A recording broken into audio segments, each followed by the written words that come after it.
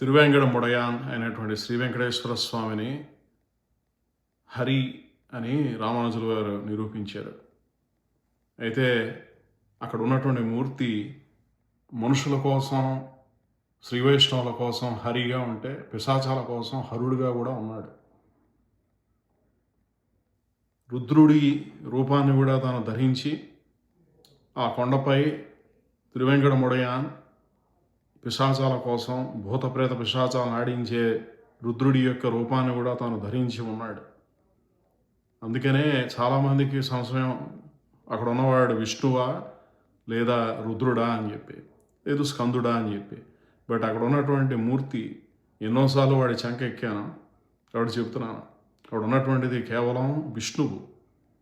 విష్ణువుగానే మానుష జీవితాన్ని గడిపే ప్రతి వాళ్ళు కూడా విష్ణువుగానే ఆరాధించాలి. ఎప్పటికోప్పుడు వాళ్ళలో మానసిక పరిపక్వత, వివేకం పెరిగినాడు విష్ణుతత్వాన్ని వాళ్ళు పరిపూర్ణంగా ఇముడించుకొని శ్రీ వైష్ణవ జీవితాన్ని గడుపుతారు. బట్ అలా కాకుండా కేవలం రుద్రుడిగా ఆరాధించే వాళ్ళందరూ కూడా పిశాచాలై కొన్ని కోట్ల శతకోటి సంవత్సరాలు వాళ్ళు ఈ లోకంలో పిశాచాలై సంచరిస్తారు. ఈ లోకం అంతా కూడా పిశాచమయమై ఉంటుంది. భూత ప్రేత పిశాచాలతో కూడిందే ఈ భూలోకం.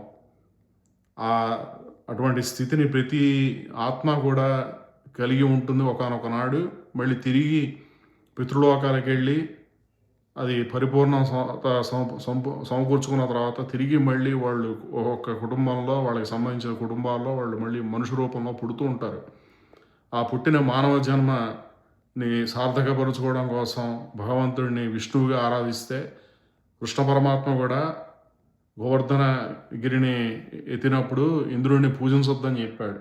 మరి కృష్ణుడు కూడా హిందువులను విభజించాడని చెప్పని అందరూ మళ్ళీ అంటున్నారా? లేదు కదా. సో అందుకని భగవంతుడిని, నారాయణుడిని కేవలం ఆరాధించిన వాళ్ళకే మనుష్య జన్మ మళ్ళీ తిరిగి లభిస్తుంది. ఎప్పటికో అప్పటికి ఉత్తమమైనటువంటి లోకాలు, ఈవెన్ స్వర్గం కూడా లభించాలంటే నారాయణ అనుగ్రహం కావాల్సిందే. అందుకని ఈ రుద్రుణ్ణి ఆరాధించేది కేవలం ఆయన అధిపతి దేనికి? భూత ప్రేత పిశాచాలకి. పరమశివుడు రుద్రుడే అయినా బట్ శ్రీ వైష్ణవ స్వరూపాన్ని ధరించినప్పుడు పరమశివుడిగా ఉంటాడని చాలా వీడియోలో నేను ఆల్రెడీ ఎక్స్ప్లెయిన్ చేసి చెప్పాను. అందుకని జీవితాన్ని వృధా చేసుకోకుండా వాళ్ళు వీళ్ళు చెప్పేటువంటిది అక్కడ ఉన్నది అమ్మవారా, స్కందుడా, రుద్రుడా అని చెప్పని ఆలోచిస్తే పిశాచ జీవితాన్ని గడపాల్సి వస్తుంది.